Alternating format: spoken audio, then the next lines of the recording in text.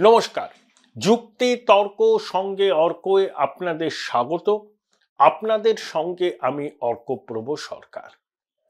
দিন গোনা শুরু করে দিন মোহাম্মদ ইউনূস, কারণ সময় এলো কাছে। মানে আপনার পাত্তারি গোটানোর সময়, প্যারিসে ফিরে যাওয়ার সময়। অনেকগুলো কারণ আছে। প্রথম কথা দেখুন, অভ্যন্তরীণ কারণে বাংলাদেশ এখন যে জায়গায় দাঁড়িয়ে আছে, সেই জায়গা থেকে ঘুরে দাঁড়াতে গেলে কম করে 2 দশক লাগবে বাংলাদেশে। এবং সেটা বাংলাদেশের মানুষ, রাজনীতিবিদ, সমাজবিজ্ঞানী, অর্থনীতিবিদ সবাই বলছে। মুদ্রাস্ফীতি প্রায় 12%। যে বাংলাদেশ উঠতে বসতে ভারতকে গালাগাল দেয়, ভারতীয় আধিপত্যবাদের বিরুদ্ধে সরব হয়, ভারতকে শত্রু রাষ্ট্র ঘোষণার দাবি ওঠে, সেই ভারত থেকেই 26শে ডিসেম্বর চট্টগ্রামের 11 নম্বর জেটিতে 24,000-এরও বেশি মেট্রিক টন ধান গেছে, চাল গেছে, আরো যাবে। বাংলাদেশ সরকার আবেদন করেছিল, ভারত সরকার সেই আবেদন রেখেছে। আমরা প্রথম থেকেই বলেছি না যে বাংলাদেশের সাধারণ মানুষের কোনো অসুবিধা হয় এমন কোনো পদক্ষেপ ভারত করবে না, কারণ আমরা প্রতিবেশীর সঙ্গে সুসম্পর্ক চাই। কিন্তু ভারতের উদ্বেগকে ইউনূস সরকার কোনো গুরুত্ব দেননি। চাঁদ সওদাগরের মনসা পুজো করার মতো কিছু শুকনো কথা বলে ধর্মীয় সংখ্যালঘুদের উপর অত্যাচারের ঘটনাকে ভারতীয় মিডিয়ার অতিরঞ্জন ইত্যাদি ভাবে চিহ্নিত করেছেন, এবং এটাও বলেছেন যে হিন্দু পরিচয়ের জন্য সনাতনীরা আক্রান্ত হননি, তারা আওয়ামী লীগের সমর্থক। আওয়ামী লীগের প্রতি বাংলাদেশের মানুষের ক্ষোভ বিক্ষোভ লাগাম ছাড়া, তাই তার অভিঘাত পড়েছিল, কিন্তু এখন কন্ট্রোলে। কিন্তু আমরা জানি বাস্তব পরিস্থিতিটা ঠিক কি। দেখুন, বাংলাদেশের আমলারা কার্যত বিদ্রোহ করেছে। ওনারা প্রশাসনিক সংস্কার কমিশন হয়েছেন, তারা একটা রিপোর্টও দিয়েছে।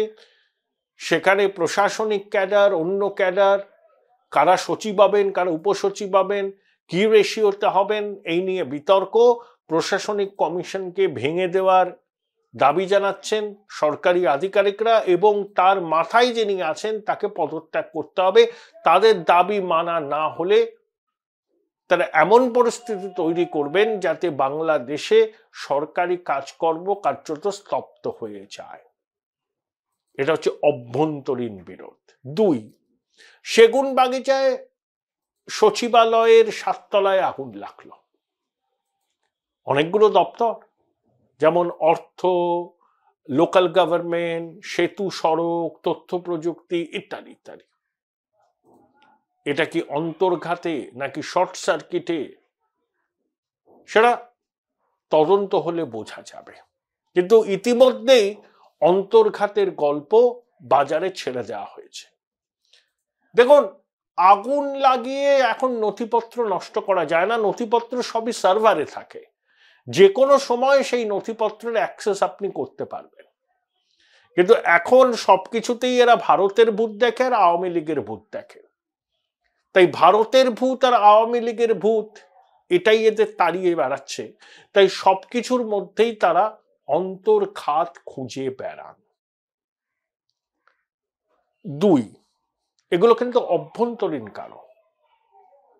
3, পরিস্থিতি যা চলছে, ধরুন বড় বড় তিনখানা কোম্পানি, বেসরকারি conglomerate, Beximco, S Alam group ইত্যাদি, এবং গাজী টায়ার্স, সেখানে ইতিমধ্যে 2 লক্ষ মানুষ কর্মহীন হয়েছেন। পরিস্থিতি যা, আগামী দিনে আরো কয়েক লক্ষ মানুষ কর্মহীন হবেন। গার্মেন্ট রপ্তানি বাংলাদেশে কমছে, কাঁচামাল আমদানি করতে হচ্ছে বাইরে থেকে বেশি দাম দিয়ে, তাই উৎপাদন খরচ বেড়ে যাচ্ছে, এবং উৎপাদন খরচ বেড়ে যাওয়ায় প্রতিযোগিতার মুখে দাঁড়াতে পারছে না। এবং তীব্র ভারত বিরোধিতার জন্য তারা ভারতের বন্দরগুলোকে ব্যবহার করে যেভাবে এক্সপোর্ট করত, সেই এক্সপোর্টটা করতে পারছে না। বিদেশি মুদ্রার ভাড়ার অবস্থা শোচনীয়, মুদ্রাস্ফীতি 12% কাছাকাছি, রেজিস্টার্ড বেকার 30%, তার মধ্যে শিক্ষিত বেকার 15%। মবক্রেসি চলছে, মব জাস্টিস চলছে, হুমকি দিয়ে চাকরি থেকে ইস্তফা দিতে বাধ্য করা হচ্ছে। এক সমন্বয়ক একটি বেসরকারি টিভি চ্যানেলের অফিসে চড়াও হয়ে দাবি করেছিলেন, যে লিস্ট দিয়ে দিয়েছিলেন এই সাংবাদিককে চাকরিচ্যুত করতে হবে। কর্তৃপক্ষ বাধ্য হয়ে কয়েকজনকে ছাঁটাইয়ের চিঠি হাতে দিয়েছে। গুন্ডা, বদমাইশ, জঙ্গিদের হাতে যখন দেশের নিয়ন্ত্রণ চলে যায়, তখন এই পরিস্থিতি তৈরি হয়। দয়া করে এর মধ্যে আবার ভারতের ভূমিকা দেখবেন না, কারণ এই অধিকাংশ সমন্বয়ক হচ্ছে অর্ধশিক্ষিত, অশিক্ষিত, মাদ্রাসা শিক্ষায় শিক্ষিত। এদের মস্তিষ্কে শুধু ঘৃণা, ঘৃণা, ঘৃণা। এরা গণতন্ত্র, ধর্মনিরপেক্ষতা এই শব্দ দুটোর মানেই বোঝে না, এবং ধর্মীয় সংখ্যালঘুদের তারা মনে করে যত নষ্টের গোড়া, যত দোষ নন্দঘোষ। Join Indian Institute of Hotel Management now. Right choice, right decision. তাহলে ধর্মীয় সংখ্যালঘুরাই হচ্ছে বাংলাদেশের যত নষ্টের মূলে, আর তার উপরে তো ভারত বিরোধিতা আছে। তাহলে এই অভ্যন্তরীণ কারণগুলো ইউনূসকে কার্যত বেসামাল করে দিচ্ছেন। তিনি যে প্রশাসক হিসাবে নিদারুণ ব্যর্থ, এতদিনে সেটা সবার কাছেই পরিষ্কার হয়ে গেছে। যারা ভেবেছিলেন না ডক্টর ইউনূস আসছেন, সোনার বাংলা হবে, তারা এখন বলছেন আগে যা ছিলাম অন্তত মোটা ভাত কাপড়ের সংস্থানটা তো ছিল, নতুন আলু তো 90 টাকা দিয়ে কিনতে হতো না, আমরা তো 1 কিলো বেগুনও বাজারে গিয়ে কিনতে পারছি না, মাছ কিনতে পারছি না, মাছের কাঁটা কিনে কোনো রকমে চালাচ্ছি। 12% কাছাকাছি আপনার ধরুন মুদ্রাস্ফীতি, ভাবতে পারেন পাকিস্তানে 38%, এর হচ্ছে 12%। আর ইউনূস সংস্কার করবে। আসলে এই ধূর্ত লোভী বৃদ্ধ চাইছেন রাষ্ট্রপতি হতে। দেখুন, বিএনপি যদি ক্ষমতায় আসে ওনাকে রাষ্ট্রপতি করবে না, তাহলে ওকে রাষ্ট্রপতি কে করতে পারে? জামাত এবং এই বৈষম্য বিরোধী ছাত্ররা একটা দল করে যদি নির্বাচনে ভালো ফল করে, তারা যদি একসাথে সরকার তৈরি করে, তখন ইউনূসের পদের একটা সাংবিধানিক বৈধতা হবে। এখন কিন্তু তার পদের কোনো সাংবিধানিক বৈধতা নেই, তার সরকারও কিন্তু অসাংবিধানিক। এটা হচ্ছে মূল বিষয়। তাহলে অনেকদিন তো হয়ে গেল, বছর শেষ হয়ে গেল, সেই 8ই আগস্ট থেকে ইউনূস ক্ষমতায় আছেন, কত বড় বড় কথা বলেছেন, সোনার বাংলা করে দেব, বাংলাদেশ আগে যা ছিল এখন যা হয়েছে। বাংলাদেশের মানুষই বিচার করুন কেমন আছেন তারা। মা যা ছিলেন, মা যা হইয়াছেন, মা যা হইবেন, মা যা হইবেন সেটা বাংলাদেশের মানুষ জানে। অন্তত এই জঙ্গি জেহাদি পরিচালিত ইউনূস সরকার ক্ষমতায় থাকলে বাংলাদেশের কপালে যে শনি নাচছে, এটা বাংলাদেশের মানুষ বিলক্ষণ বুঝতে পারছে। তাই সর্বত্র প্রতিবাদ, বিক্ষোভ, দাবি দেওয়া, ছাত্র আন্দোলন, কলেজ ভাঙচুর, লুটপাট, জয় বাংলা স্লোগান লেখার অপরাধে খুন করা, ধমকানো চমকানো, মুক্তিযোদ্ধার গলায় জুতোর মালা পরিয়ে ঘোরানো, মিথ্যা মামলায় লোককে ফাঁসানো, মামলা প্রত্যাহার করার বিনিময়ে টাকা চাওয়া, সনাতনীদের উপর লাগামহীন আন্দোলন, বিনা বিচারে চিন্ময় প্রভু এখনো জেলবন্দি, এই হচ্ছে ইউনূসের অ্যাচিভমেন্ট। আর কিচ্ছু অ্যাচিভমেন্ট নেই তার। যা ছিল বাংলাদেশের সেটাকে তিনি এমনভাবে পরিকল্পিতভাবে ধ্বংস করলেন যে আগামী 20 বছর বাংলাদেশের পক্ষে ঘুরে দাঁড়ানো সম্ভব নয়। এটা বাংলাদেশের মানুষ বলছেন, তারা তো ফোন করেন, তারা তো কমেন্ট বক্সে লেখেন, তারা তো মেল করেন।